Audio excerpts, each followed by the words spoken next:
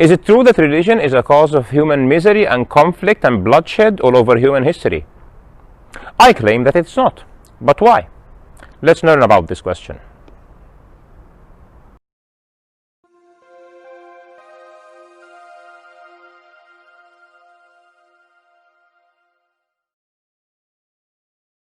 Good day, everyone.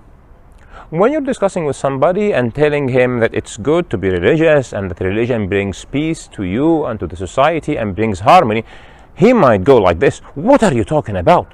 Religion has caused all this suffering, misery, conflict, wars, bloodshed, genocide, destruction of human lives and livelihoods, displacement of people all over human history. Religion is evil. The God of religion does not care about human life, and people who advocate religion will eventually destroy the world, and we're better off without religion. But is this a fair proposition?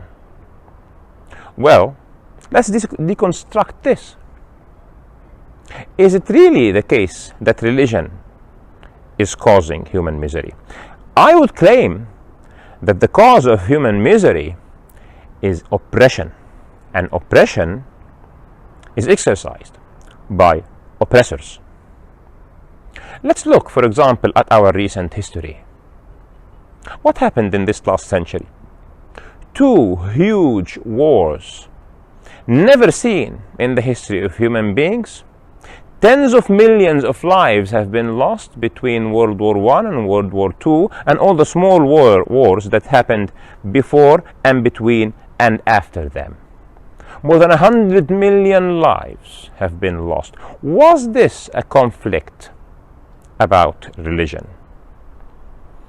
Earlier in the century, when communism was spreading, when the Bolshevik revolution happened in Russia and the communist revolution happened in China, was this the start of a peaceful era where no bloodshed, no oppression, no human misery, no displacement of people from their dwelling?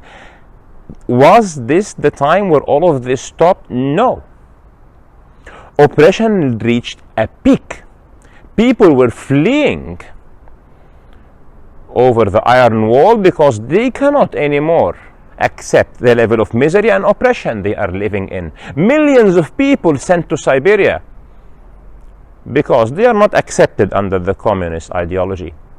Millions upon millions lost their lives in China because of the radical changes that happened in the society and the complete destruction of the upper class. But is that all? No. The most brutal wars and destruction of life has happened with chemical weapons, with nuclear weapons through this last century, where religion had no place at all in the formula. Throwing napalm and dioxin and orange chemical on people in Asia for no religious reason, just oppressive war.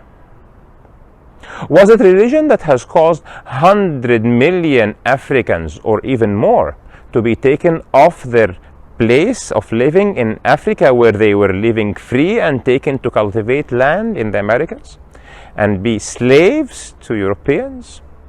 Was this an act of religion, or this was an act of oppression? Were the conflicts that were led by the pagan Roman Empire religious? Or it was colonizing the world because humans just like creating empires and colonizing others? So look across history and look at the most miserable atrocities that have been committed against mankind. Look at the Mongol Empire and the Tatars. Look at what they did everywhere in the world. Almost human civilization was almost going to be wiped out if the Islamic Caliphate did not stop it in Levant. Millions lost their lives in Asia, in Russia, in Europe, in the Middle East. Was this because of religion? No. Go even back, so much back, to the age where pharaohs were occupying the territories around them. Was this because of religion? No. So what was happening? What was happening is that humans were building empires and oppressing and enslaving other humans around them. What happened also is that people stood against oppression. And when people stand against oppression, they need motivation. In many cases, people who stood against oppression were religious people. In many cases, those religious people were martyred for their cause. And because when you have a strong cause, it has this strength and power of truth. With time, even the empires that tortured them turned into religion and became based on religion. So you will find a Roman Empire that was pagan and then became religious. Will you now have to put the tyranny of the Roman Empire, that it is now called Christian, and accuse Christianity to be the cause? No. Why? Because the Roman Empire kept behaving like the Roman Empire in both aeons. Before it was a Roman Empire that is pagan, now it is a Roman Empire that is Christian. So what is the question? The question is what Caesar Augustus is doing. Is he a pious man, or he is an oppressor? If he is an oppressor and he says I'm Christian, he's just an oppressor hiding behind religion. So was it religion that was oppressing people? No. It happens across history that some people will hijack religion and use it as an excuse. So what happened when religion came on the world stage? Abraham took his son Ishmael to Mecca, where he started a new establishment of a state based on religion, away from the oppression. When Moses came to Egypt, he took the Israelite people away from Pharaoh, who was exercising the worst kind of oppression against them. When the Roman Empire became Christian, it rescued the Christians who were badly oppressed and being martyred all over the empire. When Islam came, the oppressive empires that were ruling the world were brought to their knees and stopped oppressing their people and sucking out the riches out of almost every country of the world. And the world saw freedom for the first time. So why is religion objectively accused of oppression sometimes? I can mention few reasons. The first reason is that after religion is adopted on the level of states and empires, people, monarchs, royalties, emperors start using religion to oppress their people. An alliance takes place between people who should be preaching the correct religion and royalties, and this symbiotic relation starts taking place. So the royalty is suddenly ruling with divine right, and the religious establishment is suddenly collecting money to itself, not for the poor. What is happening here?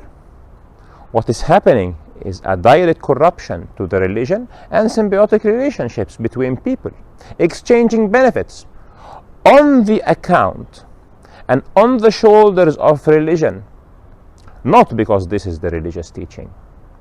When people start corrupting scriptures and making omissions and insertions and changing the nature of God that has been preached by the prophet, and making agents for those gods, where you cannot, for example, pray to God for forgiveness and you need to go to somebody and pay him money and take a paper saying that you are forgiven. This is an oppression of people who should be pious people and who should be preaching the truth, not taking the money for themselves.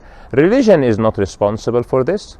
Jesus Christ did not tell you to pray for forgiveness to a human being like you. He was praying to God for all of his life. Until he was on the cross, he was praying to God. When sects start to occur in religions, and then kings, one king with that sect and one other king with that sect, and they start having war, why do you have to blame religion? Why are you blaming the kings? Because those same kings and those same empires were at war before religion was on the world stage. Those same two countries have historical conflict between them. Religion, however, in many cases, united countries that had deep historical conflicts. When Islam, for example, came to the world stage and it defeated both of the Roman Empire and the Persian Empire, the clash between these two parts of the world stopped. It became one Islamic caliphate. The historical conflict between Egypt, for example, and the Hittites on the other side stopped after this whole region became Muslim. But what happens later when kings and small rulers start having territorial ambitions and they start fighting together? Why would you come and blame religion now? Why? It is not because of religion, it is because some people want to oppress other people. So when somebody tells you that we are better off without religion, tell him no. If religion at its true form had a very good contribution, an excellent contribution to the world stage, it would be stopping conflict, standing in the face of oppression, and uniting people who were historically foes. And if non-religion has the worst thing to be written in its record, it will be oppressing hundreds of millions of people all over the world, causing misery, displacement, death, and terrible suicide. I wish for peace and blessings for those who look at the truth, nothing but the truth and the whole truth. Please share the message with those whom you love. Press the subscription and the notification button to be notified with new episodes, and join our new Facebook page. See you soon.